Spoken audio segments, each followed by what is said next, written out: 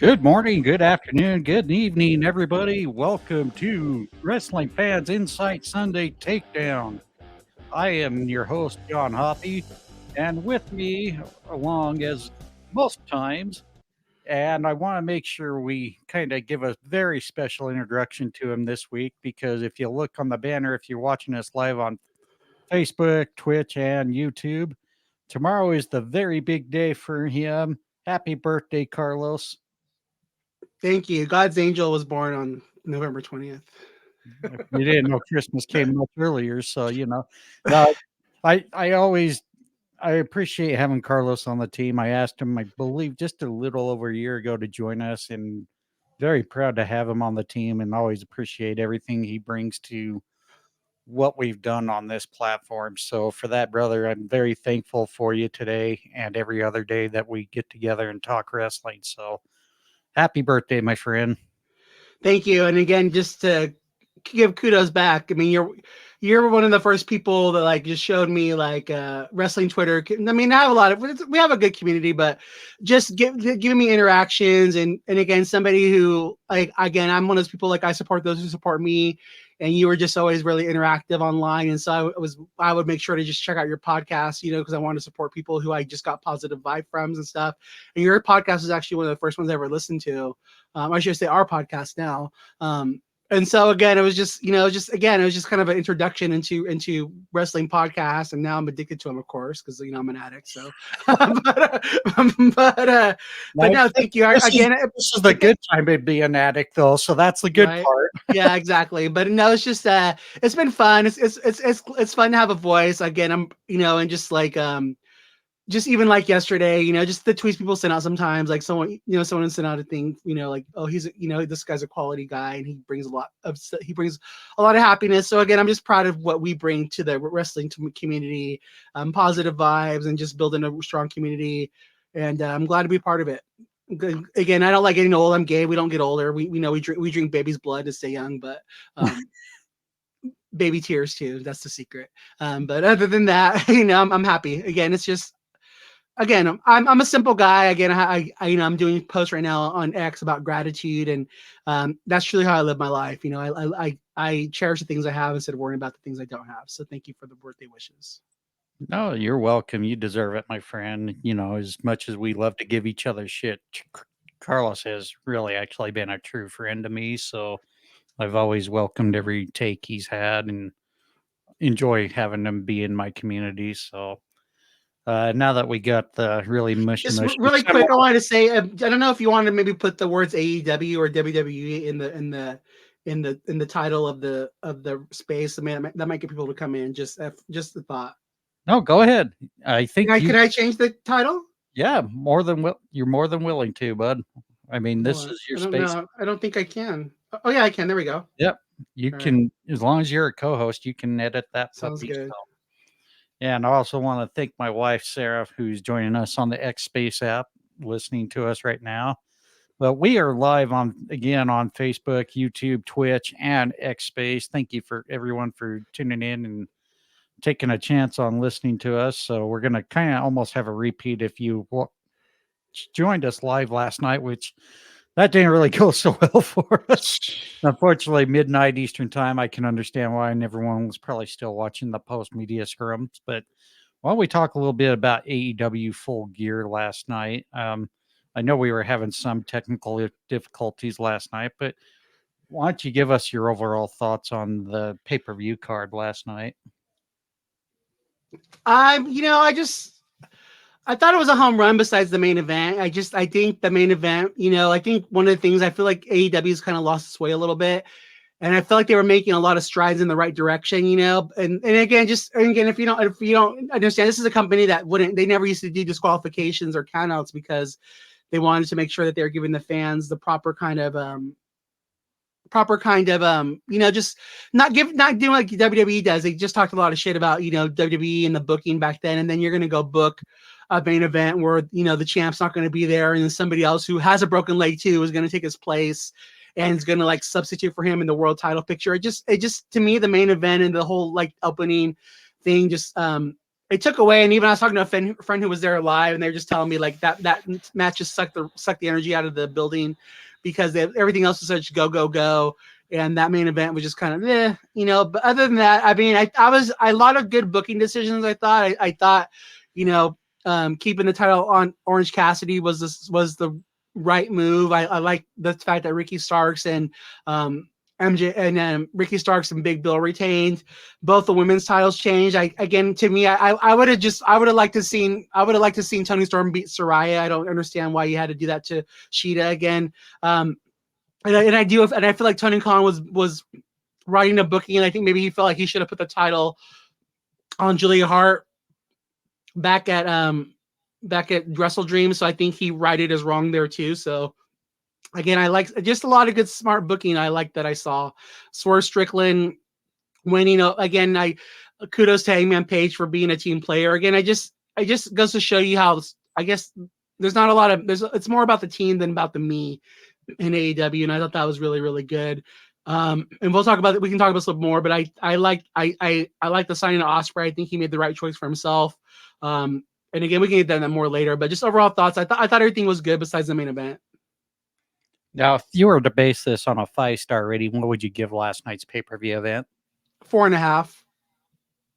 All right. No, I mean 4. I'm not going to be that generous either. I mean 4. And see, for me, I was right about 3 3/4 to a 4. I thought it overall was an entertaining event, but I'm not really so sure it hit like a home run for me. But overall, I thought the card was pretty solid for the most part. The thing about go ahead, finish your thought.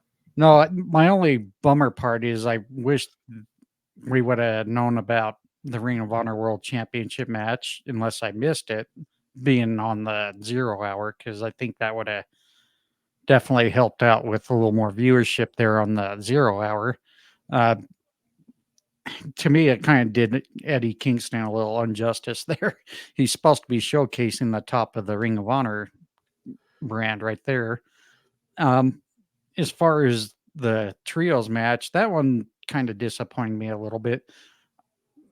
I felt like there could have been a little more spice to it, but also done in a lot less time. And for me, it just went a little too long on that. But I have to agree with you. The build on the World Championship match, it's been repeated a couple of too many times. You know, I mean, like I mentioned last night on our live, it was similar to like the Sting versus Ravishing Rick Rude for the U.S. title at a WCW Clash of Champions way back in the day. Just a little bit of modification to that. If they were going to have somebody kind of try to tease a fill in for MJF, they should have really just went with Samoa Joe, who was supposed to be helping MJF to protect his future title shot. So, yeah, I found that weird that they used Adam Cole rather than have Samoa Joe come back out to help. It was weird. Or to me too, like, why wouldn't Roderick Strong come out and volunteer himself, you know, or at least, you know, like offer, like I was talking about yesterday, I don't know if it came through, like the fact that every time, even like Adam Cole's been on the screen, like trying to talk to MJF, like Roddy's been there, Adam. So I feel like for him not to try to go and communicate. Did I miss anything? Did they have any interaction yesterday? As far as Adam, on TV, did Adam Cole and Roderick Strong, did they have any kind of I don't interaction? I don't even think Roderick Strong was there, right? I don't think he was. So that's what I'm saying. But he was there because he fought on Collision on Friday. So he wasn't. So it's like, Yeah, so to me, like far away. You know? Huh? It's not like he was that far away. Well, no, but it was filmed in the same arena. So I mean, it's like he was there. You know what I'm saying? So to me, like after all the storyline time, and again, this has been one of the biggest storylines. After everything you've committed to that, you've been building this character up to not have him there trying to like say Adam, you know, at least on the pre-show, and then like not be him trying to get Adam's attention when Adam's actually in town and not via satellite from his home. That to me was just stupid too. Like that was just dumb booking. And to me, like you should have had him out there to help Adam Cole instead of like, you know, to me, it was like that was just a big miss, you know. And to me, and again to you, like the ending just dragged. Like again to me, I was waiting for the devil to come out, you know, or something, and it felt like you're going to like go to someone's house and you think that you're going to get fed a main course and you get nothing but an appetizer. And again, just to me, like, there's the devil storyline's the best storyline, and they just felt like so much incompleteness.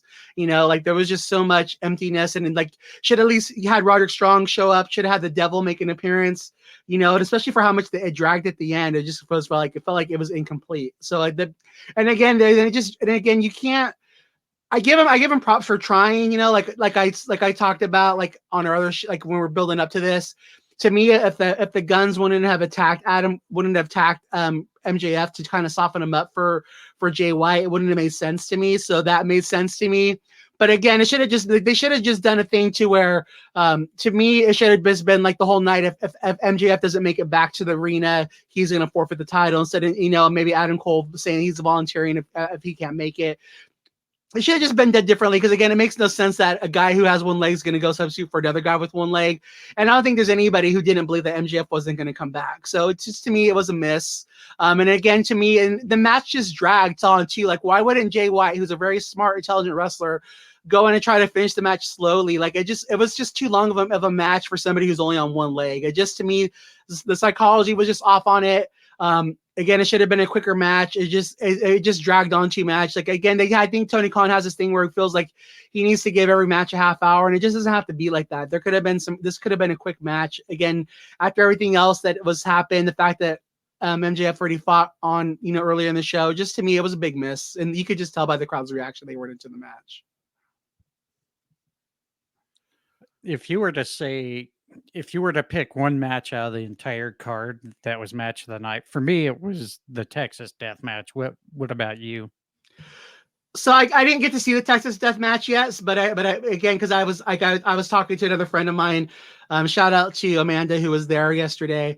And again, because I was watching at the gym, and I was at the gym for 6 hours yesterday because I didn't have any Wi-Fi or internet service, and I was just kind of half catching things because I felt the need to work out too, so I was trying to multitask, and I just knew like I wanted to watch that match in its entirety, and so I went home and ate during that time and changed and came back to the gym to finish my workout. And so I haven't seen that match yet. From what I've seen, like, I think that's a really good match. I'm gonna, just based on what I haven't seen yet, the match of the night for me was the tag team match. I think again, just if we're gonna criticize, we also need to give kudos to where kudos are due. I think having that be a ladder match was really good, and I thought they were really innovative with what they did with it. And again, for me, the right team won. So again, for me, that was the match of the night. And again, just from seeing the things too, like, I like Vines too, but I wish that to me, the Texas Death Match should have been next month, if I'm being honest. I really feel like I personally, just, and this is just my own opinion, I would have liked to have seen Hangman Adam Page get his revenge on Swerve, especially when he attacked him in the house. To me, but again, I haven't seen the match yet, and I would have liked to have seen the third match be the Texas Death Match. So I feel like this was given to us a little bit early. But again, from everything I've seen, again, kudos to Hangman, kudos to those guys for putting everything out there. And did you want to give any final thoughts for this card, or should we just go ahead and move on? So while we're on the subject of AEW, I wanted to ask you a question. What did you think about the Ospreay signing? To me, I know I talked about this on the previous podcast that we've done. I think that Tony Khan is like the Justice League, and I think that, he's, by working with these other organizations, it gives him the heads up on signing a guy like Ospreay, because Ospreay knows that he can go fight in Japan. And even like I was reading a thing where the comment was made that Tony Khan said he's kind of keeping him in the family because now Ospreay can still go wrestle in Japan. He's able to finish out his contract because they have a good rapport. He was able to sign him early, even though he's going to go fight for New Japan for the next couple of months. My thoughts, I want to ask you, like, do you think we'll ever see a time? First of all, what are your general thoughts on that? And then also, what do you think? Do you think we'll ever see a time where WWE will ever do the same thing, or is it just with them, the brand's going to always be more than the actual talent? Well, let me answer the second question first. I think WWE is kind of a little more tightened down now with the merger with TKO. It's really going to be interesting to see how serious TKO is going to take the pro wrestling part of the business. So if they're really serious about keeping WWE a very strong product, that's really something they need to consider is don't just focus on the sports entertainment part. Look at the pro wrestling aspect. I know everybody goes, "Oh, it's the same damn thing." Well, no, there's two different parts of the world of pro wrestling. That's your pro wrestling dynamic, but also your sports entertainment show. So you got to have both of those formula or both of those components to make your big product right there if you want to survive. WWE's done an okay job with that. I feel with Vince McMahon in his later years, he's kind of slipped quite a bit as we saw. The programming it's kind of gotten dull a little bit here and there. And then when we saw for that short time Triple H and Steph in charge, we saw a big bump in how things changed and it looked better. And then once Vince took control again, that's when things started going downhill. And that's something I'm hoping TKO's caught on because we've seen that they finally demoted him from the creative aspect, given the reins to Triple H. One thing I do want to mention though, and sorry, I know I'm going off the rails. My wife Sarah made a really great observation is did you notice how better the women's division was when they had Steph in as the interim COO or CEO? And she was right. I mean, when Steph was in there, the women were getting a better spotlight and better booked. But pretty much ever since Steph walked away and Vince came back, it went right back downhill. And so I don't know, maybe TKO could do some benefit by bringing Steph back or finding a way to bring Steph back. I'm not sure she does want to come back, but I think that would be a big boost to the women's division again if that does happen. So in the future, I really hope TKO can have an open mind and work alongside with these other promotions and say, "Oh, hey, we really should sign this really hot star right now because this is what's going to help our product." So I know that was kind of a long-winded answer for your second question, but as pertaining to Will Ospreay, I think it was the smartest decision for him. Like you mentioned, he knows coming to AEW, he's still going to be able to do some things for New Japan. He's probably still going to do some things for Impact and maybe even possibly other independents out there like GCW or whoever out there willing to try to get him on, because Will Ospreay is one of those guys. I don't think he's ever put any promotion beneath him to go work out. So no, I think it's great for him. I think he made the right choice. I feel right now TKO and WWE is just not quite the right spot for him at this point in his career. Plus, the biggest thing is he gets to stay living in the UK too. So Yeah, I mean that's also the huge benefit right there. He doesn't have to move wherever to stay local to the United States. So he's able to go wherever he can still. And I think that's something fans need to realize. And it's like, again, AEW is they have this again, like just because they don't get a WrestleMania doesn't mean that a Wrestle Kingdom isn't just a big of a thing, or going to Wembley in front of 80,000 people or 85,000 people isn't equivalent to like the AEW is changing the game, and I think it's for the better. And again, I like the fact that these guys can still make a good living and get to do their product and everything else. Something I want to ask you too before we get to Survivor Series, did you get to watch Friday's product on with SmackDown and Collision? I didn't get to watch Collision. I just figured since I'm going to be watching Full Gear anyway last night that I just there probably wasn't a need. I could pretty much guess what had actually happened on Collision. But I actually watched SmackDown this morning just before I started trying to type up everything I needed for today. So, yeah, I was able to catch SmackDown and see who the fourth participant was for the team Flair, Belair, and Shotzi. So, and yeah, I thought that was pretty cool that, I'm going to spoil it if you all didn't watch it. It was pretty cool to see Becky Lynch going to be joining the team. I'm not sure if there was any resolving issues between Flair and Lynch at backstage, but this definitely shows they're willing to work with each other. So that's a good sign. It is. The one thing I want to ask you about, and because to me, like I was expecting bigger shows. I mean, especially when you consider that Tony Khan went head to head with NXT, and he brought out everything in the kitchen sink. I didn't really think WWE would do that, but I expected a better booking from AEW. And so my question to you is this: do you think that Tony Khan just didn't book strongly because he knows he has no chance of beating them? And if so, does that make you think different about him? Because honestly, for me, I lost a little respect for him because I feel like, he wants to talk about bullies and stuff like that, but he just takes the easy fight, and he's not taking the big fight where he should. To me, I would have liked to seen him book a stronger collision card to see, like, maybe, if they do a million, let's say they did 800,000, maybe they should consider moving collision to Friday nights instead of Saturdays. And so I was just kind of disappointed that he didn't build a stronger card to see what could have been, and he just kind of gave in and threw in the towel. And it made me seem like you really don't think your product is up to par with WWE then, because if you're not willing to go and put in a really good effort against SmackDown, that just shows that you don't really view yourself as competition for them truly. What are your thoughts about that? I'm going to sound very redundant because we've been saying this for many episodes now. Tony Khan needs a team. I don't care what his thoughts are.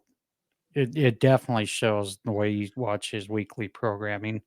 So I noticed they do have a new position open. I believe it was a vice Oh, president. so crazy. It's like Yeah. the I was listening to Strictly Business there, and he was like laughing, like, what the fuck did he get this position from? Yeah.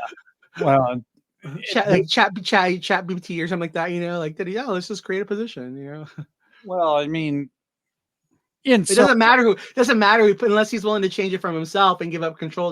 Doesn't matter what he does or who he hires. It all starts with him. well, exactly. I mean, if he's truly focused on and really serious about this position, he needs to let that person help run the company and not just say, "Oh, I don't like how you're doing it this way or that way." Don't pull a Vince McMahon, let your team do their job. So again, this is where Tony needs to really consider backing off, hire a team that can handle the job and, trust the process. I mean, yeah, it's probably not going to be stellar at first, but if they have a starting ground, they can only go up from there, if you know what I mean. So, yeah, I feel Tony's booking has kind of really slipped over the last probably year or so. I'm not saying the cards aren't entertaining, but they definitely could have a lot better build to them. And that's the And go if ahead. you're Sorry. and if you don't have your weekly programming doing those builds, I mean, like I mentioned at Chris Haas last night, it was really kind of hard to follow the card because it was really hard to follow the programming. If you're not playing connect the dots here, to put in easy man terms like me, you're not going to get a clear view of what your fans are going to what you have your fans wanting to see, if that makes any sense. No, and I agree, and that's the thing. And so, like, the point I wanted to make, and I forgot to make this point, is I feel like it's like again, lazy booking, like Jim Cornette. Again, I don't want to give the guy any credit because I can't stand him, but it's like I feel like Tony Khan knows it. Then that's the part where it's like, if you're just a wrestling fan, you know you can put a match together, and you know the talent's going to go cook it, and so and I think that's where, like, with Full Gear, why I can give us such a high rating, because the talent's gonna shine no matter what. But like you just said, but the storyline should have been built better, and again, it should have been going in stronger, feeling like you cannot miss this. And again, it was just kind of a lot of dead time, and again, it should have felt more special. Like it shouldn't have felt like Sheeta shouldn't have felt like a lamb being sacrificed for Tony Storm. And again, like, just the booking, like the Young Bucks should have been on TV more instead of just kind of being thrown in there just because they are former EVPs now. But it just feels like a lot. It's just like a lot of too much. Like I like break glass in case of like I know these guys are here and they're gonna put on a good thing, but like every match should have just had a bigger build to it, especially when you had 2 shows going into it. Like I would have liked to seen Eddie Kingston and Jay Lethal be the main event of Collision. Like that's something that could have been done better instead of just being on the pre-show. Yeah, I agree with you. Like I don't think the card was hard to follow because I guess I've been watching everything, but I just feel like depending too much on the talent, because the wrestlers are going to put a good show, and not putting enough on you and your team and developing better stories.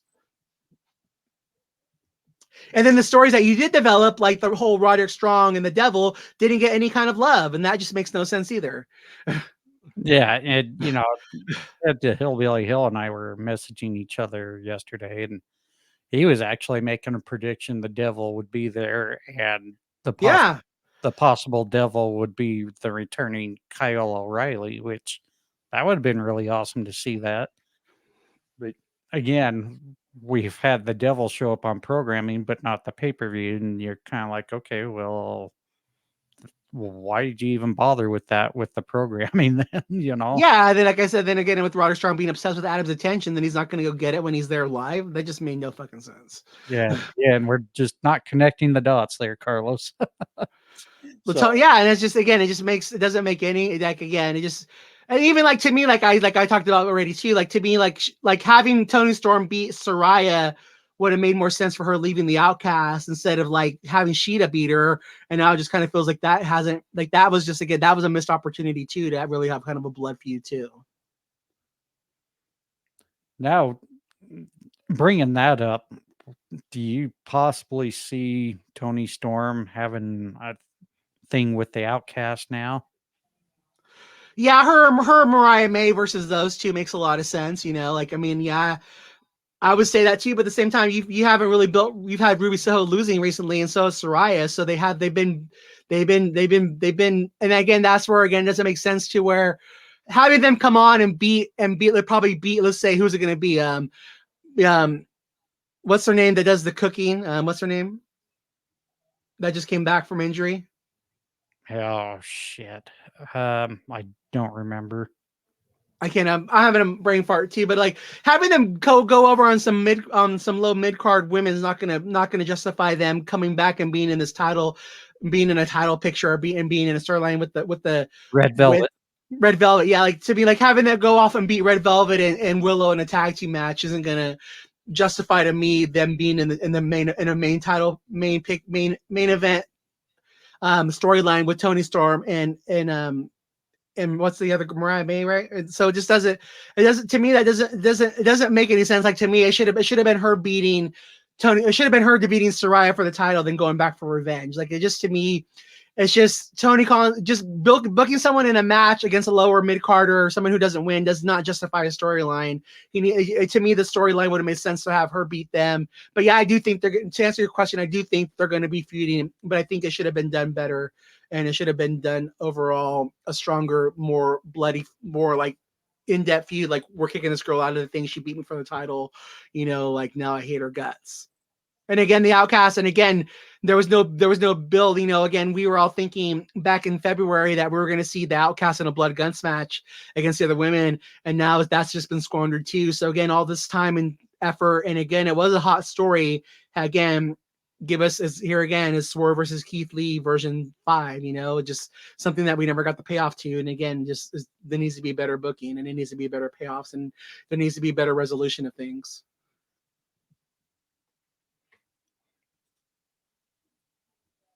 Now that we've got off our soapbox there.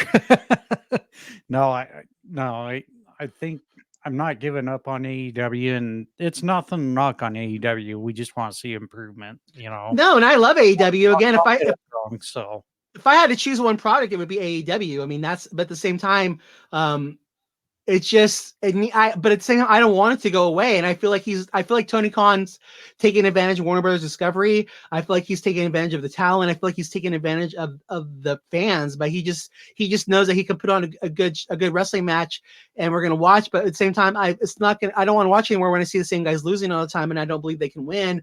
And again, don't lose the program. If you lose Collision, then what's going to happen with all your roster? What's going to happen to the guys like Ricky Starks and Malachi Black and like Granables and Roosh, and Andrade and Miro? You know what's going to happen when these guys, when you have to only have one show? So I feel like he's not building strong enough to keep what he has. And I think it shows by the fact that he hasn't been given the money that he wants by Warner Brothers Discovery.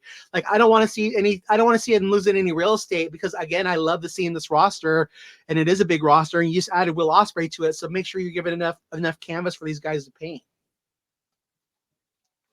My other question too, was really quick before we move on to WWE, is again, like I just mentioned, the Young Bucks have stepped down as EVPs. And do you think that there's anything that maybe they're not happy there, or again, something's being done, or maybe they're being punished for CM Punk leaving? Do you think there's anything to that? Because I think it's weird that they stepped down as EVPs. And again, they're taking some time away from the company, it looks like, from what Brandon Cutler says. No, the problem is I don't think it's any of that. I'm sure, because recently we just seen Kevin Owens in a suspension angle. Uh, we also have Rey Mysterio, who is taken out. I don't know how legitimate that actual knee surgery deal was or not. I'm not sure how it's going, but I mean, the one thing we have to look at is look at what time of year we're in. It's the holidays. I'm sure this may be some ways to where talent's kind of taking the holidays off and coming back at the first of the year too. You know, everyone wants to spend time with their families, all that stuff. But yeah, I'm not reading too much into it. I think with the Bucks going full heel now and throwing that little fit they did post match last night. No, I don't. I'm not reading too much into it right now. Okay. So, but anyways, why don't we go ahead and get right into our meat and potatoes for today? We're going to go right into our Survivor Series predictions. For those of you who are just tuning in to us now, thank you so much. Want to give a big shout out to the Tornado and Sarah Hoppe joining us on the X Space Live, and a couple of their viewers there on Twitch. Thank you for joining us today. And remember, we're also on Facebook and YouTube. You're also welcome to join us live there and throw in some comments. Or if you want to have your voice heard, feel free to hit that mic request there in the X Space app. We will get to you as soon as we can, if we're paying attention, that is. So, why don't we go ahead and start off with that Intercontinental Championship, the champion Gunther taking on The Miz. Why don't we get your thoughts on that match? I want the Miz to win. Again, the Miz is one of my favorite wrestlers, if not my favorite wrestler of all time. Just because I feel like I grew up with him from the real world, knowing what he went through backstage. Yeah, so I mean, for me, I don't see any point in taking the title off Gunther. I want the Miz to win, but I think Gunther's going to win. To me, I would have Gunther drop the title at WrestleMania, unless you're going to have him challenge Seth Rollins for the world title, which could be a possibility. I don't see him losing the title, so I'm going to go Gunther. Yeah, I'm right there with you. I would love to see The Miz have one more championship reign.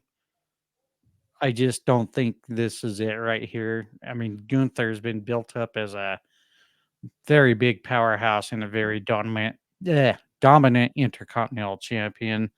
I just don't think it makes any sense for him to lose to The Miz right now. So I'm going to go right there with Gunther.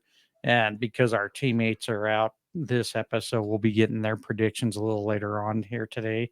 So far, me and Carlos going both for the big guy, Gunther. Why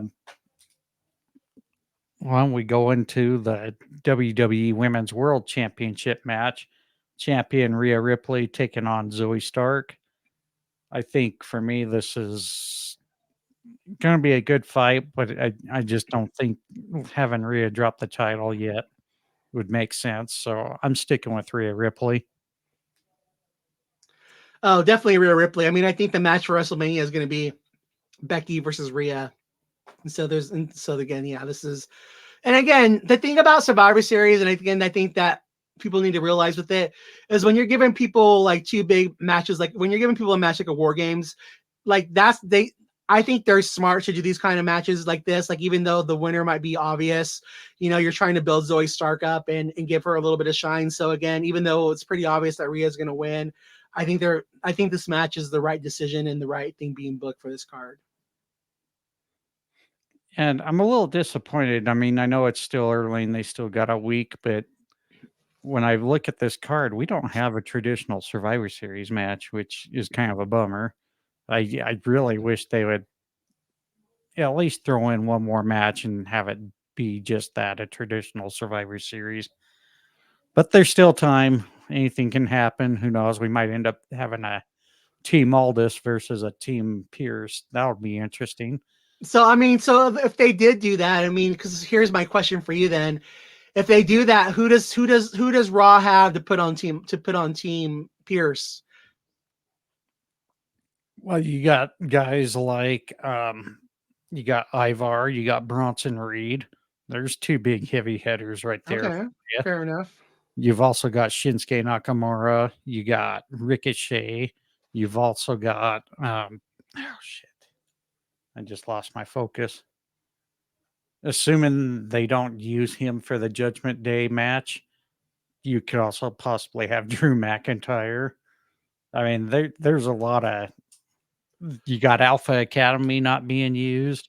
I mean, you don't necessarily need all your big heavy hitters, just a quick, fun, traditional 5-on-5 or even 4-on-4. No, because I'm with you too, and that's even for me as a fan. I lost it. Like, to me, that's what I always loved about Survivor Series was the 5-on-5 matches, and because to me, like, that's something I used to love about Survivor Series, because to me it was a time where maybe somebody who, like, it was validation for the fan, like for example, like back when the Ultimate Warrior, Texas Tornado, and the Legion of Doom were a team, like those are my guys and they all won. Like it was just a time of validation for me, and like when it was also like a time to give like a guy like a Tito Santana or a Dolph Ziggler like a time to shine. Like that's always been the cool thing about Survivor Series with these kind of matches, is the guys who maybe don't always win all the time and take losses, like for one night it was okay to believe that these guys could beat somebody or they would actually get the surprise victory. I feel like it was like almost like it was almost like a glorified house show in a way. Like, in a way, a lot of times it is, because there was really no consequences to the Survivor Series matches, but it was just a fun time to be a fan, and I feel like that's lost. So I'm like you. I wish we were getting those more traditional Survivor Series matches. Yeah, and like I said, you don't need necessarily load every match with a traditional Survivor Series, but have at least one match. Well, especially on SmackDown, where you have Carry that tradition. the bloodline not being utilized, you have LA Knight not being utilized. Like, you could put Bobby Lashley. There's a lot more roster on SmackDown because the men's War Game is being utilized on Raw, that they could be utilizing for a Survivor Series match. And it would make sense for Nick Aldis too, if he's trying to be a superior brand, to go challenge Adam Pearce to a 5-on-5 match when he knows that he has the more superior guys available than Adam Pearce does. Well, speaking of LA Knight, why don't we kind of throw in a possible booking suggestion here? And I see it rumored too. There might be a possibility we may see LA Knight take on Solo Sikoa. I'm just going to throw it in there, even though it may not happen. But what if we do see LA Knight versus Solo on Survivor Series? Who would you go with? Oh man. Um, if I was booking this, I'd have Solo go over, but I would have it be like an interference from Logan Paul to set up that feud already. Because I do think that that's the eventual feud. That's, I mean, again, but those are the kind of matches that I like. Again, a match where, again, and that's talking about AEW. That's what they need more of. These matches where neither guy can afford to lose, but one guy is going to lose.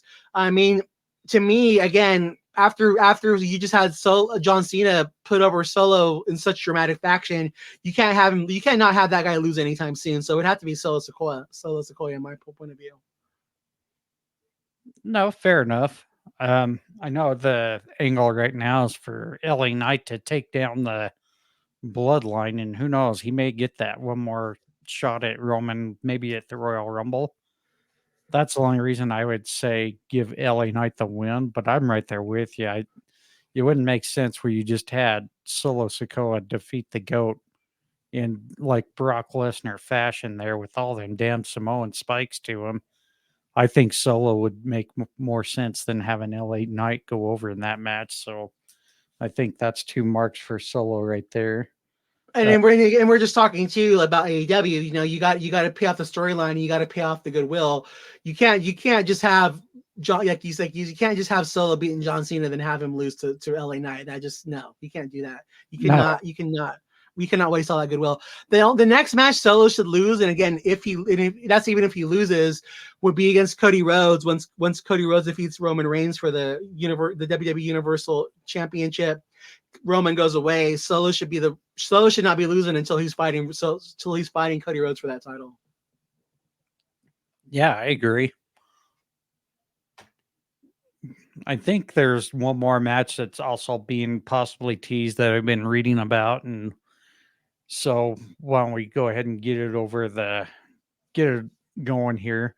We just seen recently Santos Escobar turn his back on the LWO family, especially on Rey Mysterio, and that promo he did Friday night was actually pretty good. A little lengthy, but I thought it was pretty good and to the point. Especially you see the emotion from Zelina Vega and from Joaquin and Cruz del Toro. I mean, it was very good emotional story there for a family breakup.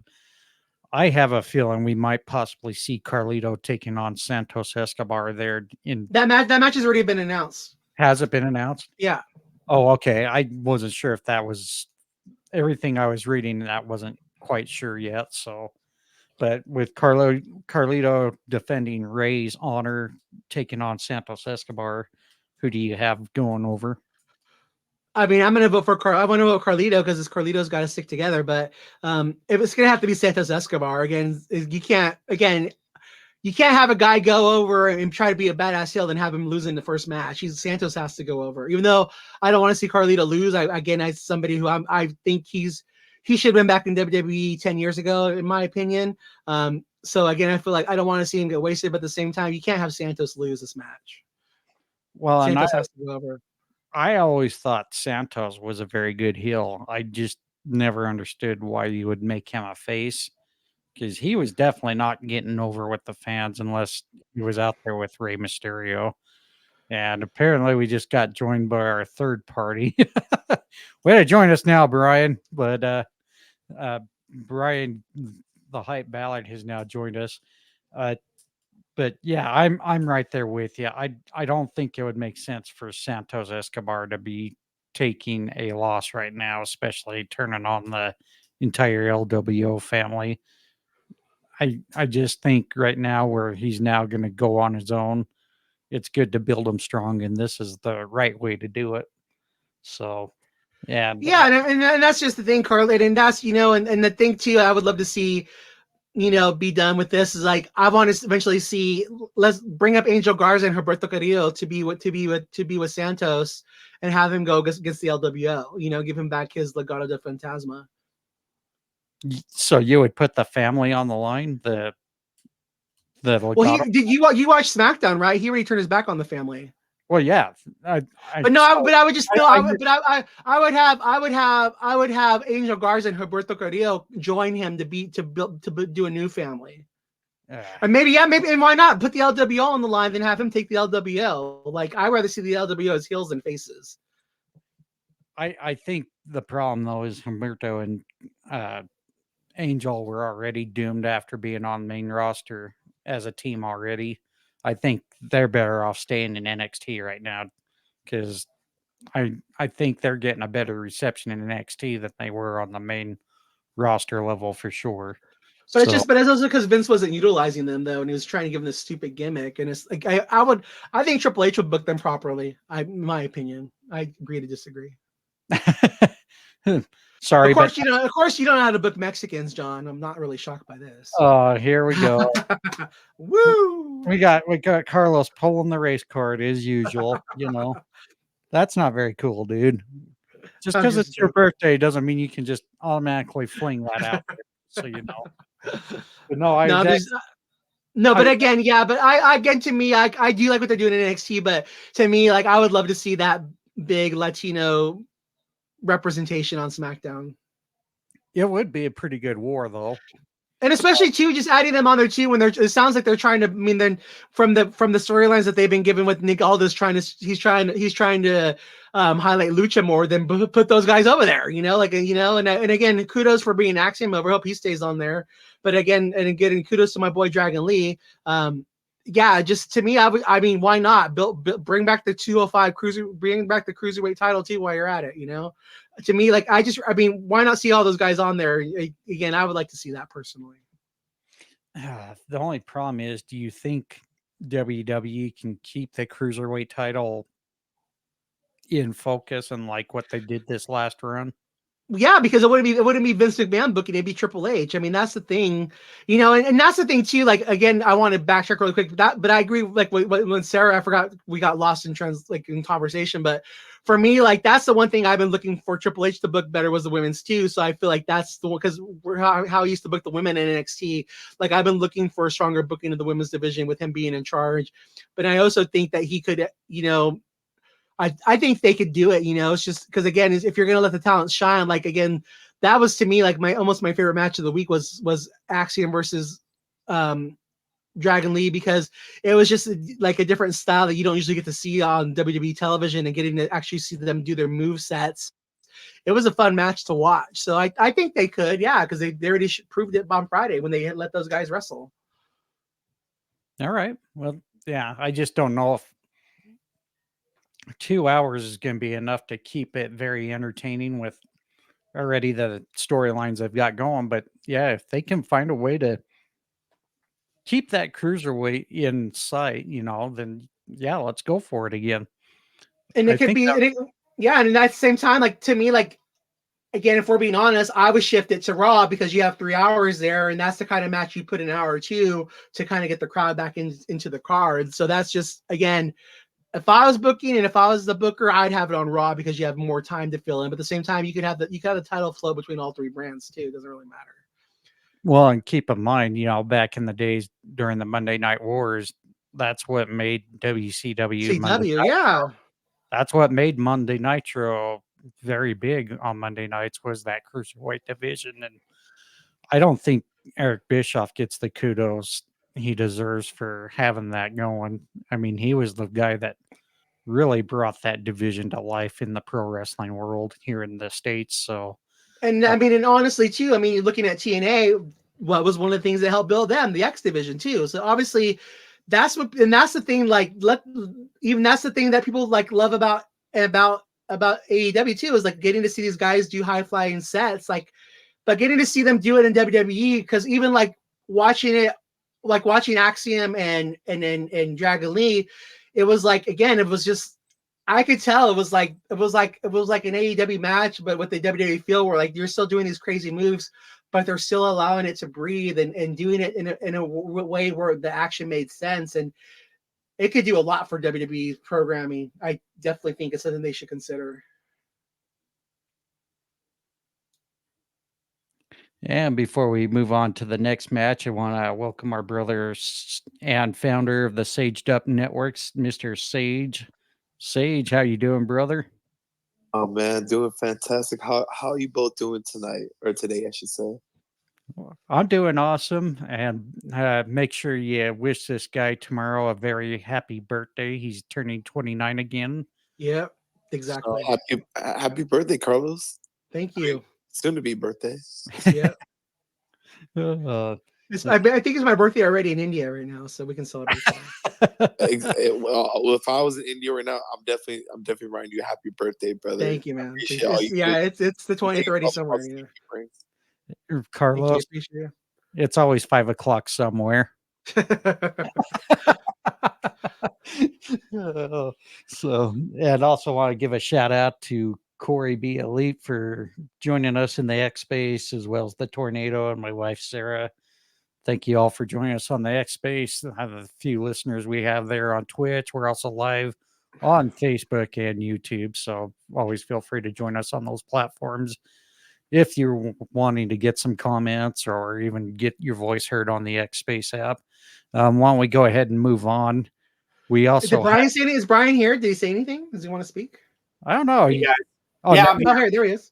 I wanted to wait for a proper time because I know you guys were in the thick of it with Carlito versus Santos. So well, when happy Sunday, happy birthday, Carlos. Thank you. and by the way, Brian, when Carlos is here, there's no proper time for anything. So you should know better than that because he's always looking to make that heel move on the rest of us. Well, just me actually, but you know. But actually, why don't we get your thoughts, Brian? Don't break our kayfabe, damn it. We got to give reason for people to tune in, you know. Well, no, we leave that up to Ted the Hillbilly Hill, you know, another friend of the show. So make sure you're listening to the Hill Truth podcast too. If you And also subscribe to him to his shorts on YouTube too. It's two different subscriptions. But hey, Brian, why don't we go back a little bit here? We'll let you catch up with the rest of us. So, kind of going back in time here, we started off with the Intercontinental Championship champion Gunther defending the. I can really talk today. Screw it. Gunther's going to defend the Intercontinental Championship against the Miz. Who do you have going for that? Yep, I'll keep it pretty brief. Gunther defending his championship, even though I do like the idea of the Miz just getting that major jerk. For Ohio, baby. And oh yeah, God, it's so tough for me to go against them. But I mean, I'm going to be a realist in this one. I don't see anybody taking. It's going to be a bigger deal when somebody takes this from Gunther, so I will pick him. All right. So we then moved on to the WWE Women's World Championship. Rhea Ripley will be defending against Zoe Stark. Who do you have between those two big ladies? Yep, super easy. Rhea Ripley. And again, it's going to be a bigger situation for her to drop the title, and she's still, pretty hot and heavy as the champion. So I'm going with her. No way. Way to go with Mame. So we have a potential booking. It's not final or anything yet, but if it does get booked, LA Knight taking on Solo Sikoa. Who would you pick between those two? Sure. So I am going to take LA Knight, and here's why. It's about keeping him built in the right direction. So Solo, as we know, beat John Cena. We also know we're pushing LA Knight, trying to keep him, and he took a loss recently in the main event. So we want to keep him relevant still. So in a weird way, that makes the Solo win over Cena a little more important when LA Knight does beat him. All right. That's an interesting take. Wow. Okay. Yeah, he's going against us. No, but that's awesome. What was that, Brian? You guys both had Solo? Yeah, we both actually picked Solo on this one. But no, just because I think your point's valid, but to me, I think like we were talking about AEW before, how they wasted so many opportunities with just bookings and things like that. So to me, like you just had to have Solo go around John Cena in the fashion that he did, just to have him lose to LA Knight. I feel like it'd be a waste. We thought it'd be a waste of his booking. Like I don't think Solo should lose again until he's fighting Cody Rhodes for the WWE title next year at SummerSlam, I'm assuming. But I just don't think. I think you should build him up as a monster now, in my opinion. But I think you make a valid point too. Like, because that's even like for me going back to what I even said, I would have put the title on LA Knight. You don't know what you have, so again, valid point. I just think I don't know, man. I here's my thing about LA Knight that I think people need to realize too, is that this guy was going to get fired. This guy was, going to be let go, and then Triple H fought to keep him. Like the guy's making a lot of money on merch right now. He's getting a new contract. I think he's fine just making bank right now. I personally don't know if he's worried about becoming world title champion, because I feel like he's just happy being finally getting to have his dream come true, and he's being utilized like a main player. So in that sense, I'm torn, because I think like I said, I mean, I picked him. So why not see what you have? Because you never know, and he could do another 10 years. But at the same time, you've already christened Solo with what he did to John Cena. So I don't know if you waste that either. Again, both sides are valid. Nice. All right. Now catching it up where we left off, we have Carlito defending Rey Mysterio Jr.'s honor. Well, I guess it's Rey Mysterio in WWE defending his honor. Carlito taking on Santos Escobar. Who would you pick between the two? Yep. To me, this is pretty quick and simple. If we're going to go all in on Santos, we got to keep it hot. And Santos does, beat the veteran here. All right. That was. So I have a quick question before we move on for this. So what would be your guys' WrestleMania match for these guys? What's your guys' WrestleMania match for Dominic, Logan, for Dominic, Santos, and Rey Mysterio? Like, so is it, that's what I'm asking. Would you guys have Santos and Rey at WrestleMania, or would you have Dominic getting back involved in time for that?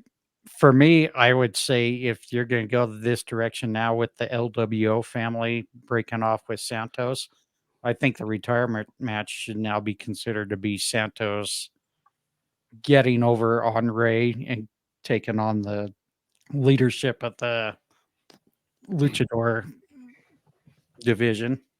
Sorry, I had some awkward thinking going on there. No, I think Santos would be the proper guy to send Rey off into retirement. To be honest. How about you, Bryan? For me, we're just dream booking here, I always thought it would have been great, and we're probably too far past this now. I thought it would have been great to have Dominic actually take over the LWO and be the one to kick his father out. And I just thought that would have been like the cool way to go, and for the LWO to all still remain. But, obviously the way it's went, it's almost too far at that point.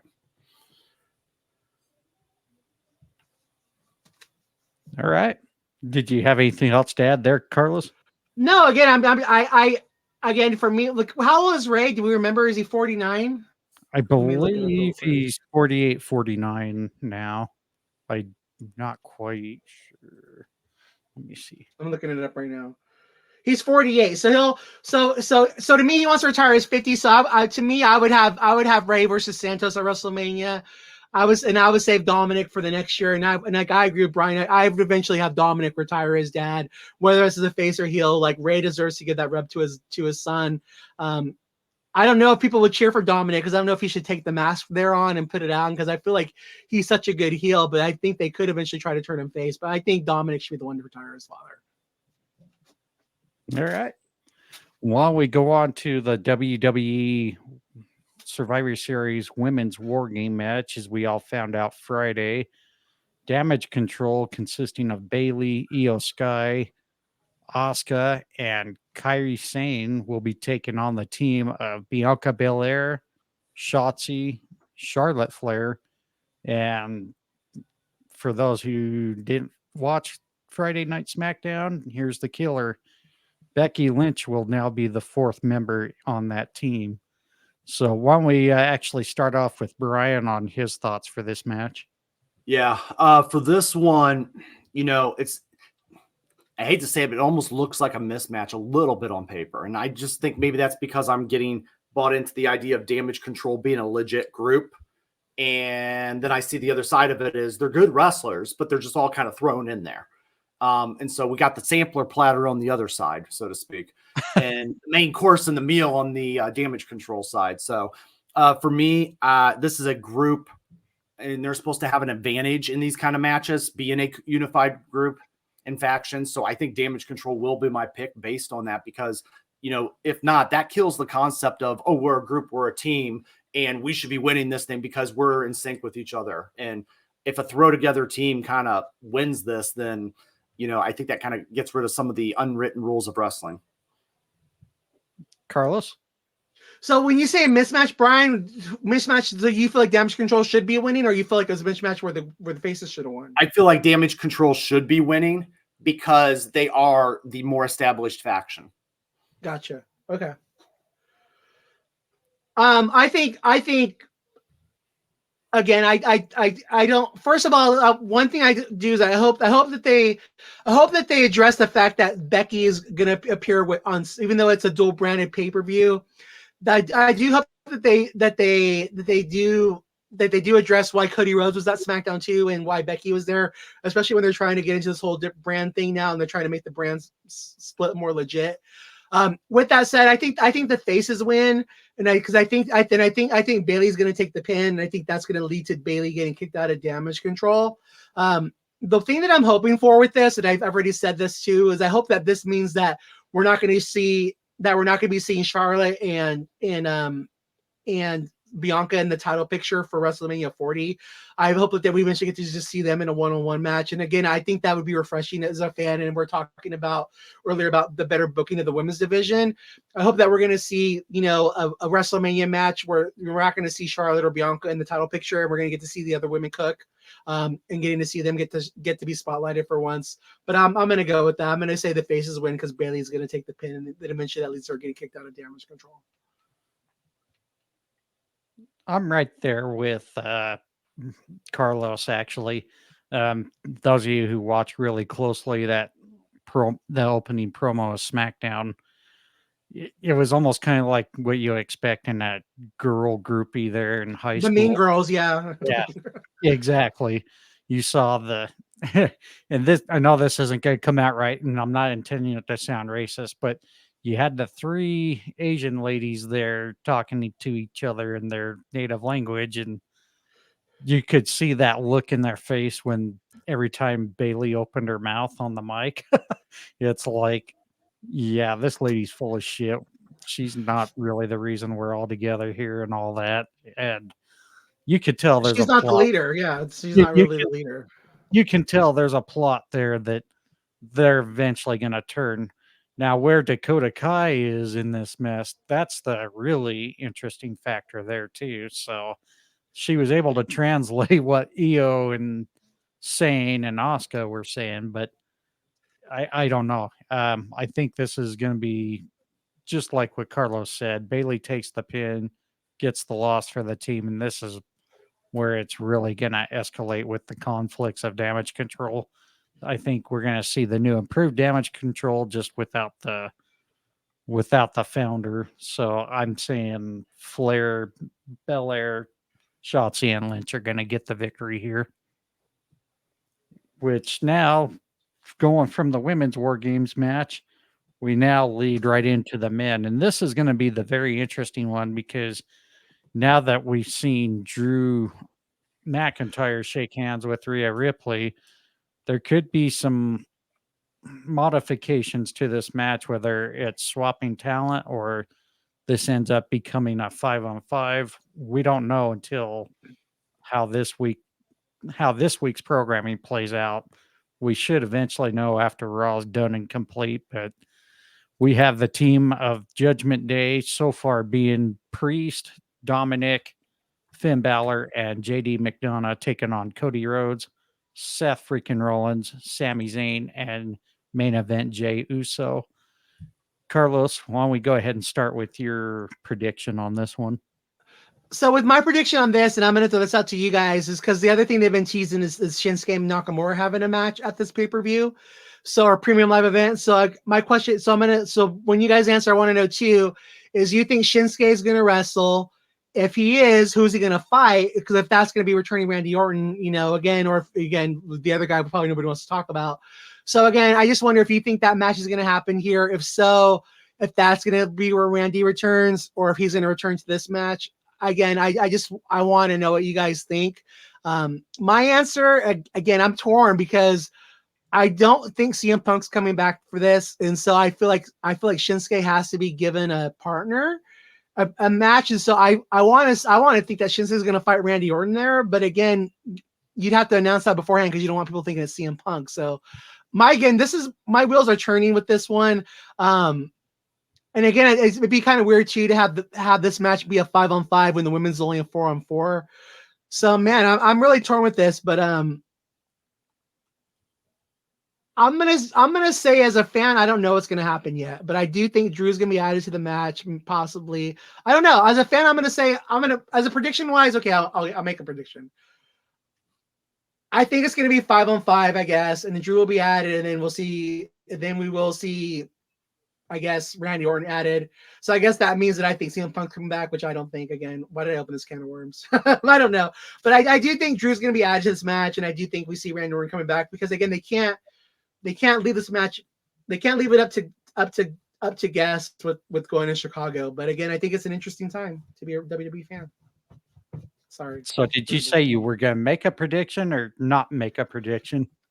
I think the good guys are going to win, and so I think I'm going to just leave it the prediction where I think Cody. I think the faces are going to win. I'm going to just leave it at that. Okay. Oh, Brian, I hope you got some good recovery on this one. Yeah. For me, my pick, and I'll give you the reasons. I am going to take Rhodes, Rollins, Zayn, and Jay. And the main reason is because in this one, it's very tough to make who you idolize as a world champion to take a loss. And right now, Rollins is a world champion. Rhodes, I mean, let's be honest, they view him as a world champion, even though he hasn't grabbed it yet. And then Zayn and Uso, they're kind of like the next level down of world champions. They're thinking, maybe, right? And I'm not saying it'll happen anytime soon, but maybe they're thinking, 3 years from now, 2 years from now. So I think they do get this very definitive win here over a very good established heel team.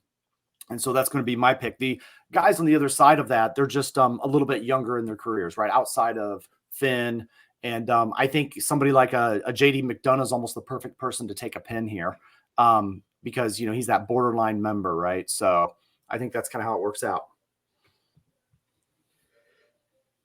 And do you think Drew's going to be added to it? Do you think it's going to be 5-on-5, or are you going to just keep it simple like I did? Because me personally, I would keep it simple, but honestly, having the guys that you mentioned, like Drew, and if Randy's available, which according to rumor, it's almost too easy to you don't want to leave those kind of talents off of a card like this, and it would add the sizzle to the steak. So for me, I do like the idea of it. If we're going strictly for making the call, I'm kind of calling my prediction as is, but I could see Randy Orton getting added to this. And keep in mind, Randy Orton's Survivor Series record.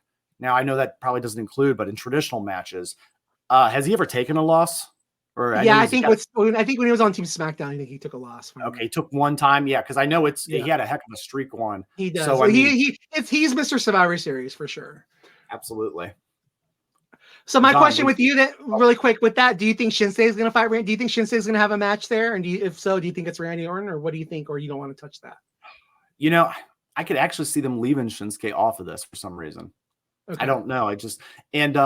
Also kind of to add, I don't think the CM Punk stuff will happen there. There's just, if they do, great, but I don't think I'm kind of past caring at this point. Right. No, and here's my thing too, that again, and to what Brian just said, and again, I am, if they do add Drew to this and Randy somehow, I don't want it to be 5-on-5, because I feel like if this match is a 5-on-5 and the women's is a 4-on-4, I feel like it cheapens the women's match. And that's just my opinion. Yeah. No, I agree, and I get that. I would think they want to leave this 4-on-4. I think there could also be a situation where JD McDonough gets taken out and Drew McIntyre ends up taking McDonough's spot. So yeah, because to me, if the match is 5-on-5 and the women's is 4-on-4, that's the equivalent of where they used to have women's battle royals and they used to throw the women through the middle rope. Like that's what it. Yeah. Now, given that, if that does happen, I'm pretty much going to be the odd man out. I'm going to make my prediction being the Judgment Day taking this one. The only interesting factor, though, is keep in mind, isn't it this next coming SmackDown, the Street Profits take on Judgment Day for the Undisputed Tag Team Championship? I believe you're correct. So yes, they are. Yes, that's going to be a real important factor in seeing how Survivor Series is going to be played, whether it remains 4-on-4, if they're going to have a 5-on-5, because now you got an extra day where Ballard and Priest had to have a match just before the event. So as far as CM Punk, I'm with Brian. I just don't care anymore. And it's nothing against Punk or anything, but it seems like every time CM Punk gets involved with anything pro wrestling related, it just goes downhill quick. And I'm sorry, I'm just tired of seeing it. And UFC related as well goes downhill. Well, yeah, UFC, he didn't really do a whole lot. I mean, he tried. I mean, don't get me wrong. He actually tried. He made an effort. Oh, it was bad. But- Sorry. But to me, like again, like and I think the thing that needs they're giving Shinsuke the storyline for a reason, so there has to be a payoff. And so the only two obvious payoffs, and again, like I asked people on the Wednesday show, is there anybody that you could see coming in that would make you care?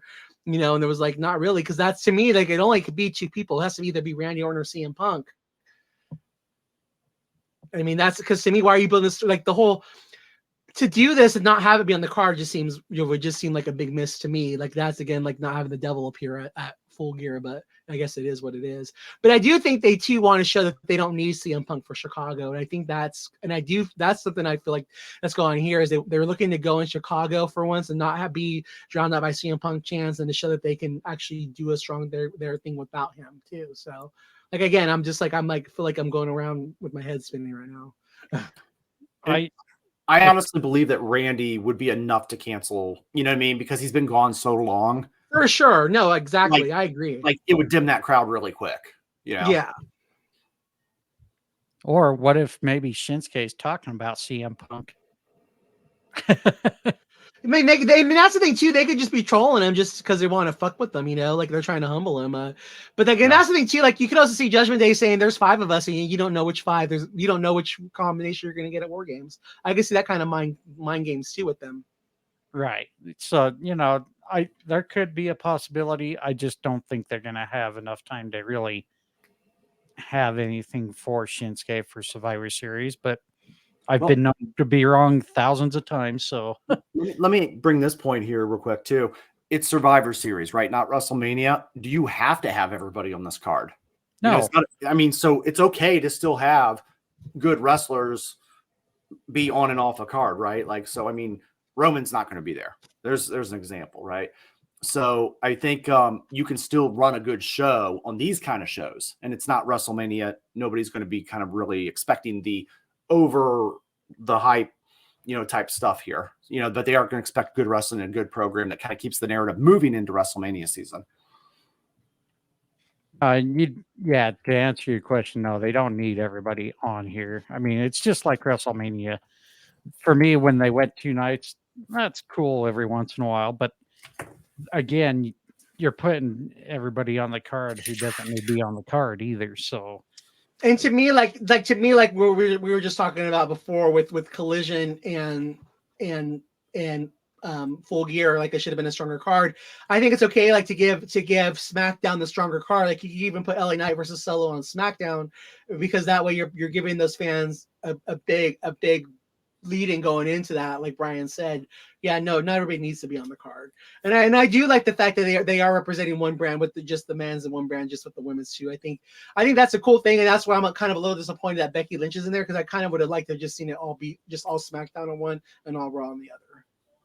And before we continue on, any of you who are joining us on the X Space, please feel free to hit that mic request if you want to get your voices heard, make some Survivor Series predictions, or even if you want to give us your thoughts on last night's AEW Full Gear pay-per-view. Do you guys, another question, do you guys think there's any chance that Damian Priest cashes in inside the War Games? No. I don't. I think it would be kind of a fun idea. Oh, it would turn into an 8-man scramble, wouldn't it? Yeah. Yeah.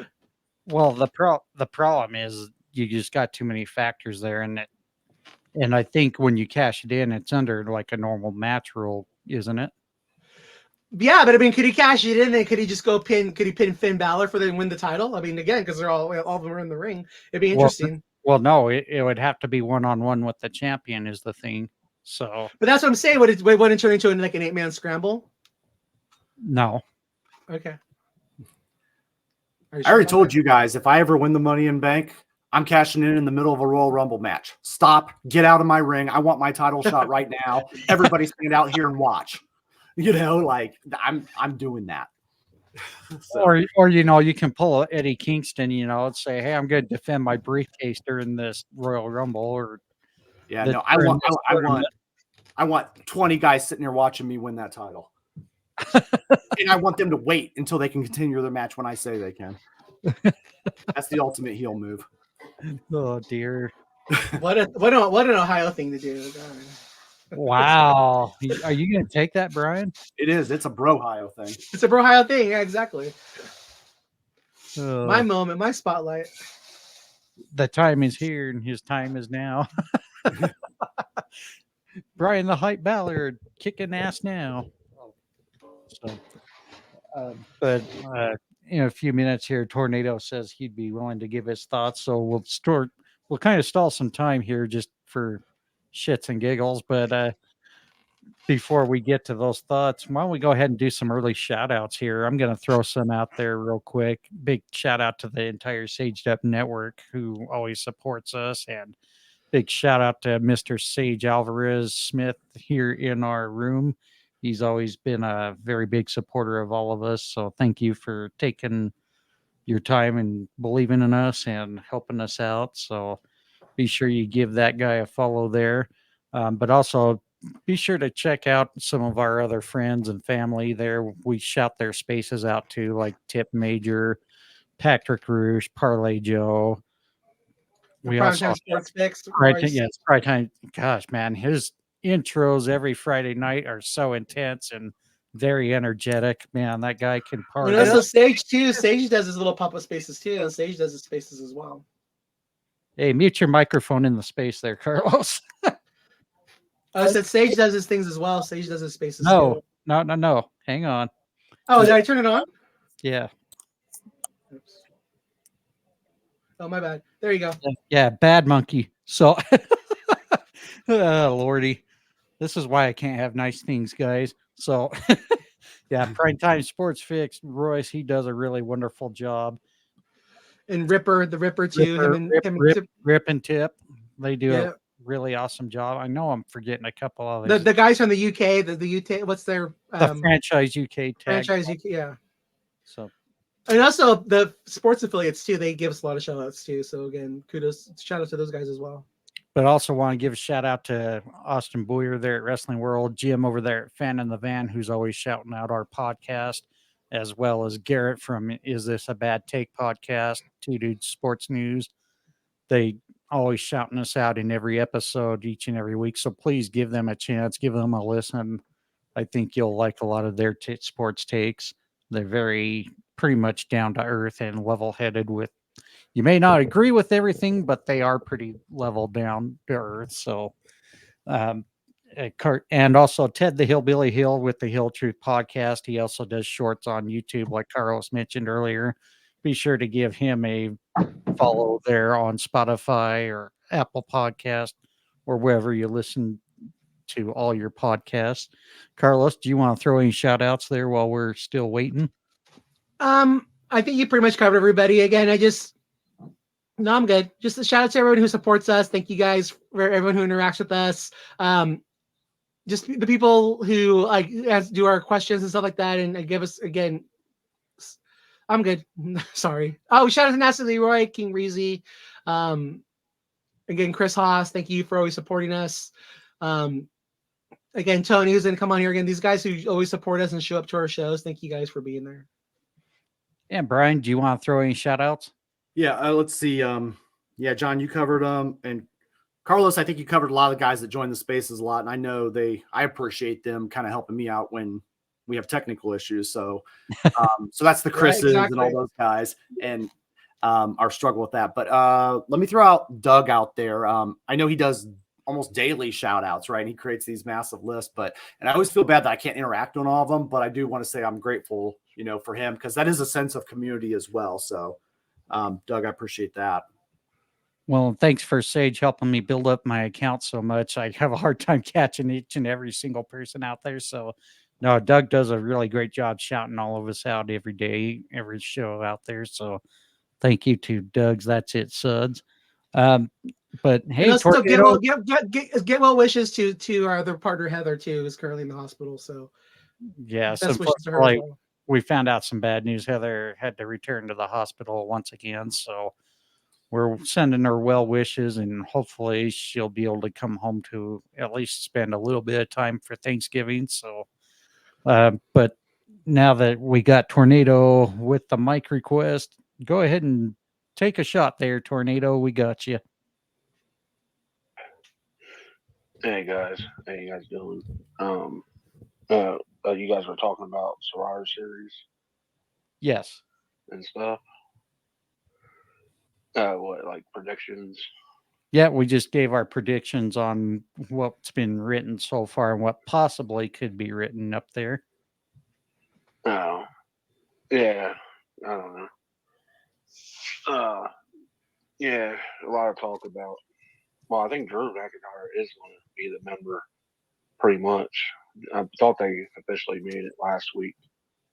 How he turned on someone, I don't know, whatever. I don't really follow Raw like that lately, but I thought something was said where him and Rhea Ripley made a deal. He's going to be part of the team, and then supposedly Randy Orton's going to be part of the team for Cody and him. Supposedly, is that what it is? That's what we kind of are thinking, but it could be anything at any time. So, I mean, there's still 1 week left to go before the event. Anything can happen, as we know, but so far, I'm just thinking this is going to stay 4-on-4. I mean, yeah, but Cody did say that they can call a friend or something like that. Or some stuff's been posted too, so it's probably going to lead to a 5-on-5, more likely. You guys still think CM Punk's going to show up? To be perfectly honest, I have no interest in CM Punk. I mean, Yeah, I mean, they're. yeah. I mean, name something positive that's happened the last few times, other than Much. his initial debuts. I mean, he helped in a way coming back to wrestling to AEW, but he's always been in the mix up of some rumblings or whatever of some sorts, and he got publicly fired. I mean, last time we saw him in WWE, he was in the Royal Rumble, and then the next night he walked out, and then eventually got fired or whatever how it went down. So. I will give one positive thing that he did do, just because I do feel like I ran on him a little bit. He did help MJF, in that nice long series, and I felt like that's what they really paid him for at that point. But again, that's me kind of throwing a bone out there to him. I mean, honestly, too, like the thing that like Tony, the thing I was talking about was I don't see, like, they've been doing this whole storyline for Shinsuke, and so that's why I was saying to myself, to me, I feel like he might be, even though I don't think he's coming in, he might be, because why would you have Shinsuke doing the storyline about calling somebody out if he wasn't coming in? Because I do think if they're going to add Randy, it's going to be to the Survivor Series match. So they don't, to me, only the payoff that could be for the Shinsuke storyline is CM Punk or Randy. For me, I would like to see CM Punk in WWE being the heel, being everything he used to hate, being a part-timer, taken away from the main eventers, everything he used to bitch about. I think to me would be money, but I also agree. But I also see the sentiments of my partners here as far as being done with him. But again, I personally want to see it. But I also don't think they need him either. So. I mean, I've only caught a couple little things with Nakamura doing all subtitles when he's speaking in Japanese or whatever. But has he particularly said anything about calling someone out, or just the way he's worded and stuff? No, he's wording it like he's calling somebody out, and he's saying that you've been injured, and I'm going to come after you, and I'm calling you out. Like, he is calling somebody out in the promos. Huh. But they haven't revealed who it is. Yeah, that's. Yeah, I don't know. I mean, if anybody, if it is Punk going to WWE, I mean that could be. But who else is injured in WWE that he could? It could be AJ Styles or Sheamus, but because they've both been out, but they're both on SmackDown. But I don't think that's the payoff people want to see.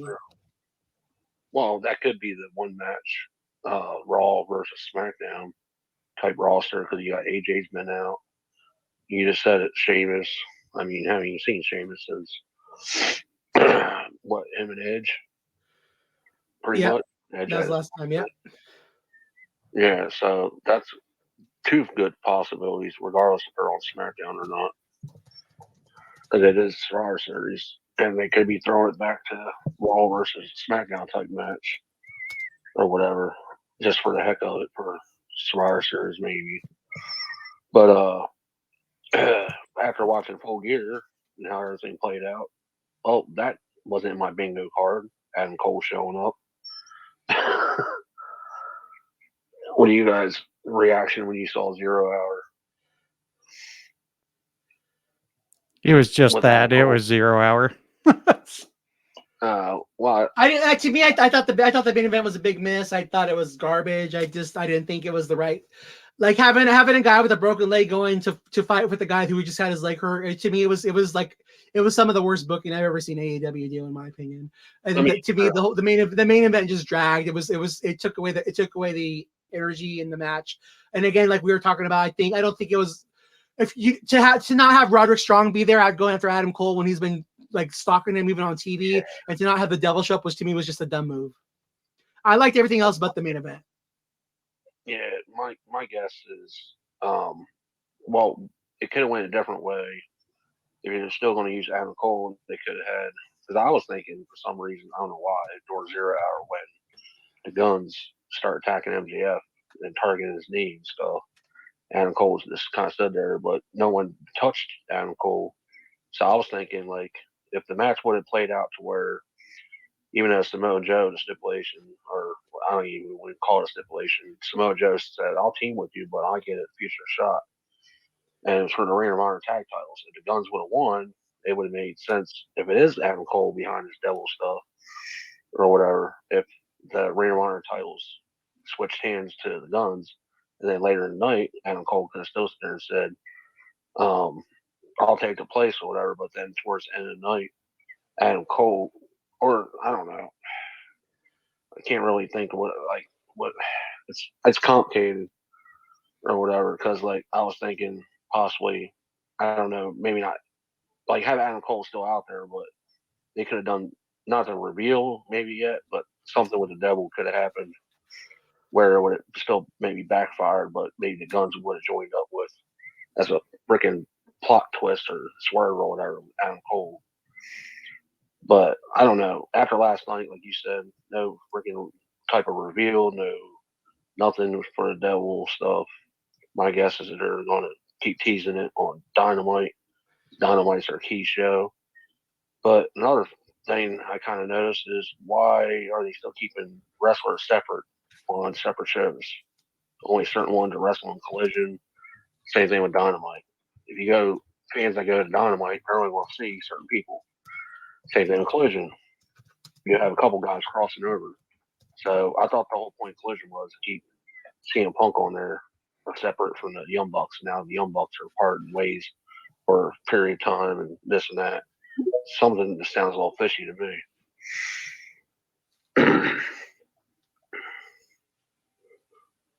You know what I mean? So what's your question about AEW? What do you mean? Well, I mean, I agree with you. I think there is something. I think there is something suspicious with the Young Bucks too. We were just talking about that earlier. But no, I like we just said. I think not having the devil on there, and I agree too. I think like I was talking about to counter off what you said. Then we'll let Aaron talk here because he asked for the mic too. Is I think that for me. To me, like I don't want to see Tony. I don't want to see any real estate loss, especially with Will Ospreay coming on board too. Like if they were to lose Collision because of low ratings, like there's too much talent that would have to be just have to just show up on Dynamite. So to me, I feel like they should just be doing separate rosters because they have enough talent to do it. And I feel like, yeah, to me, I feel like they should be doing separate rosters just because they have the talent and they should be trying to get as good a ratings as they could. And the one thing I said too was I feel like Tony Khan, I'm a little disappointed because he didn't put a stronger card on, because if they could have done $800,000 on Friday night, I think that maybe he should have put on the best card he could have on Collision to see if that was a possibility of moving to Friday nights, because I feel like he needs to keep both shows going as hard as possible with the big roster that he has. Yeah, I mean, true. Yeah, Collision could have been. It was weird too because they advertised MJF, but it also transitioned from Collision to Rampage. But like I thought when they announced MJF was going to be interviewed on Rampage, and then Jay White, and then they did Jay White thing at the end of Rampage or whatever, where MJF got some. I think got some hits back or whatever. They had their little thing towards that, but yeah, Rampage was just like matches, like had nothing to do with. I think, like you said, that's kind of hurting, especially going to a pay per view. They should have focused on having people on the show. Maybe that was part of the pay per view more than just random matches. Even though some of those matches were, not saying all were really random, but it was still stories that are building for weeks previous on Collision and stuff like that. But they need to change their formula a little bit still. And the whole devil thing, I think there's going to be some kind of tease again this Wednesday, but who knows? By the time World's End, the way building up to World's End, I think maybe we'll get the answer then, maybe. Because if they're stretching out this long, then they might as well keep going. Yeah, I agree. I think the Devil moniker, it's almost fitting for World's End, the title and the theme, right? So whether they reveal it before that, and then that leads to a match with whoever that is, or not. But I definitely feel like it is going to culminate towards the end of the year, like you mentioned. Yeah, because like you guys said, there was no mention too much or nothing like in particular last night with the whole devil thing, but the whole story built up the Full Gear MJF's title getting taken away from Jay White, basically holding it hostage. This whole thing that played out last night. Adam Cole taking place. I didn't even expect Adam Cole to freaking show up like that.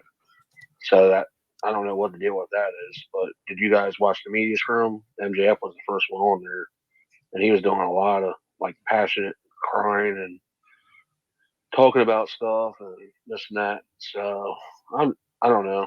I just have this kind of particular feeling.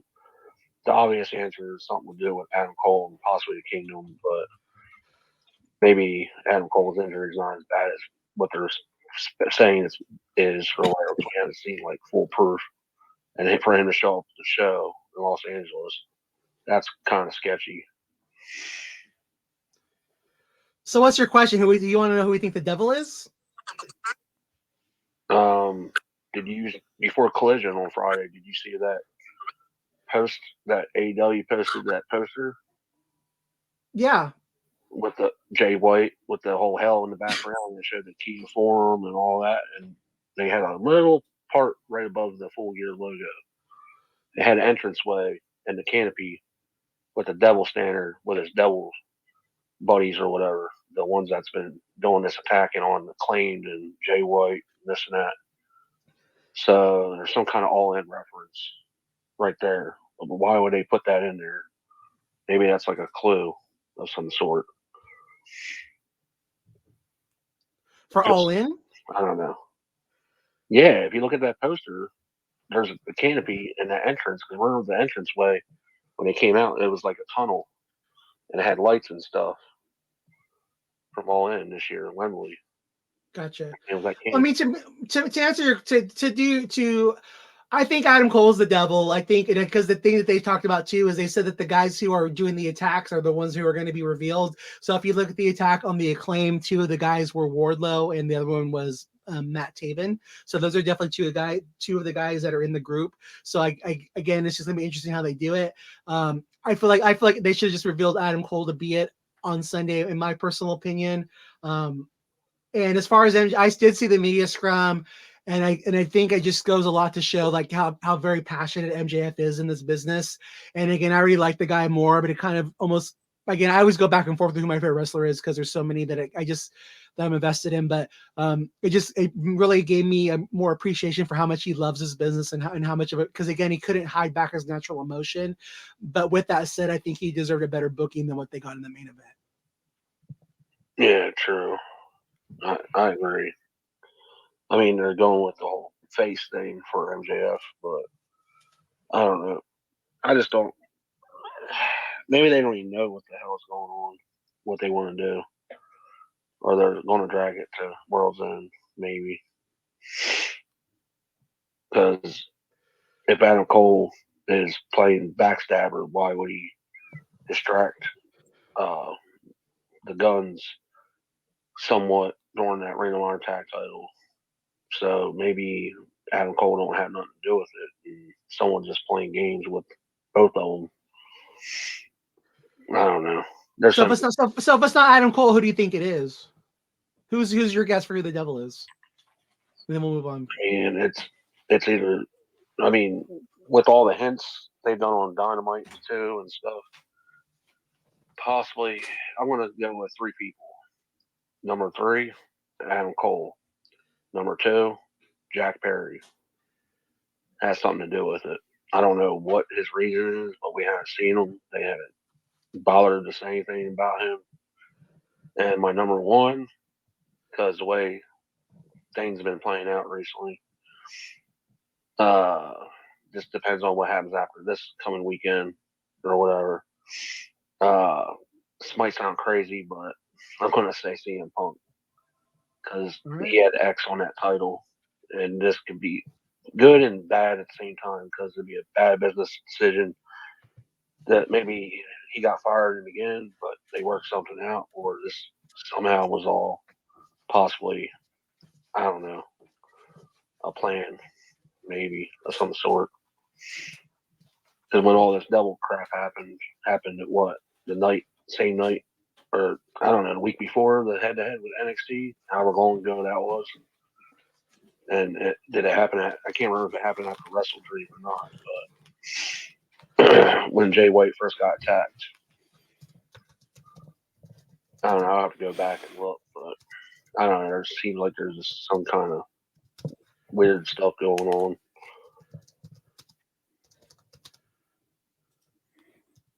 All right. So while we're looking at things, it looks like we had a little bit of problem there. Hey, Aaron Wills, we're gonna give you the microphone here. Go ahead and speak up here.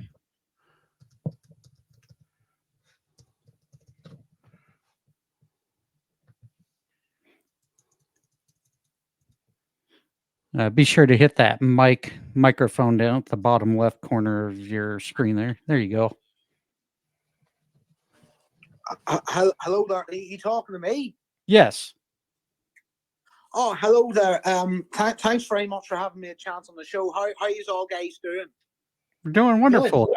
How are you? I'm doing well here. It's just after 10 o'clock at night here where I am.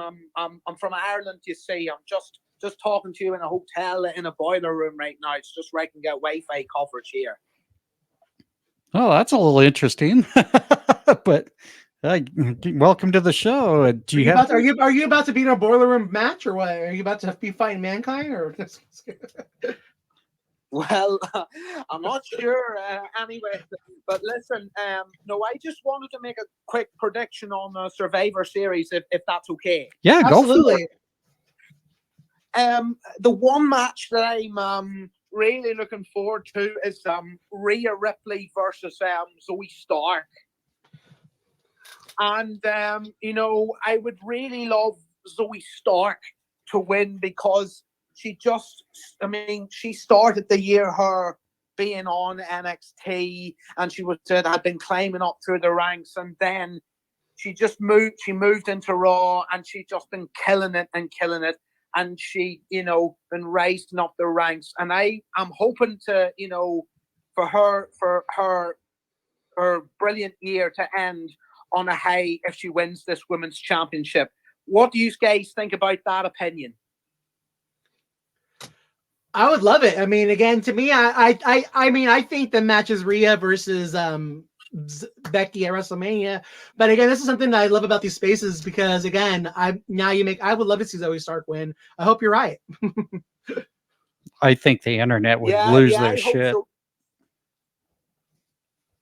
I hope so too. Yeah, because it's about time you need a change of the guard here as well. Because make way for this new generation of wrestlers coming in and let them dominate the world like the previous generation, like Becky did. And I'm like you, like I don't know if you ever listened to the show before, if you ever listened to us before, but like I mean, I'm the guy. I wanted LA Knight to win. I wanted LA Knight to beat Roman at Crown Jewel because to me, like, why not see what you have in somebody else? So to what you just said, I mean, Rhea is more of the manager of Judgment Day anyway. So to me, like, why not have her? Why not give it to Zoe and see what she can do? And if you build yourself another superstar in the meantime, nothing venture, nothing gain, and they can always have Rhea win the title again at Royal Rumble. So yeah, I would love to see that personally. I don't think it's going to happen, but I'd love to see it. Oh well. Fingers crossed, and we'll see what happens then. Sounds good. Listen, I just want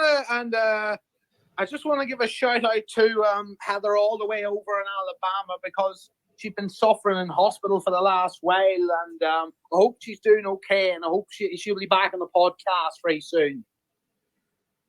Thank you. We appreciate that, and I know that she does too. So thank you for that.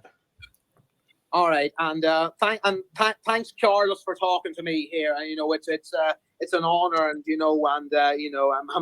I'm just working away at a hotel here. I just got to get back to work. So listen, thanks, guys, for giving me the opportunity to speak on the space here. Thanks very much. You're welcome. Join us another time, man. We'd love to have you back. Thank you. No bother, mate. Thanks very much. No, thank you. We appreciate you coming on. It's always good to get some new listeners on here and get some Especially different. when they're in Ireland. That's so cool right now. Yeah, that's pretty cool. I mean, we're getting out everywhere. I guess we're starting to grow really big now. But we couldn't do it without Sage Up Network either. So thank you, Sage. We're gonna need that budget. We're gonna need that budget to start taking this on tour. Oh, Lordy. I'm gonna have to start working overtime here. Yep. Oh, but before we call it good for the day, Bryan, did you have any final thoughts for going into the Survivor Series? No, I think we discussed, a lot of our predictions, and I'm kind of looking forward to the go home shows. Hopefully, they just kind of, create a little mystery around the event, and that way we can have some pleasant surprises on that night. So again, thank you guys. Not a problem. I want to give a big shout out to our Facebook admin, Trisha Pilot. She kind of joined us a little late, but definitely this will still be up on the site here, Trisha. So feel free to go back and rewatch this if you want to catch up. Carlos, do you have any final thoughts going into the card? No, I'm glad that for once I don't know what can happen. Again, we'll have a lot of clarity after tomorrow. But again, it's just an exciting time to be a fan from WWE. We're kind of almost entering WrestleMania season, especially with just Cody appearing on SmackDown. Again, with this new tournament that they're going to have on AEW, I know we're going to be getting a lot of matches coming up for the next 6 weeks or so. So again, it's just I'm glad to see the wrestling business booming, and I hope it continues. All right. Well, I kind of want to throw out a special announcement for this week.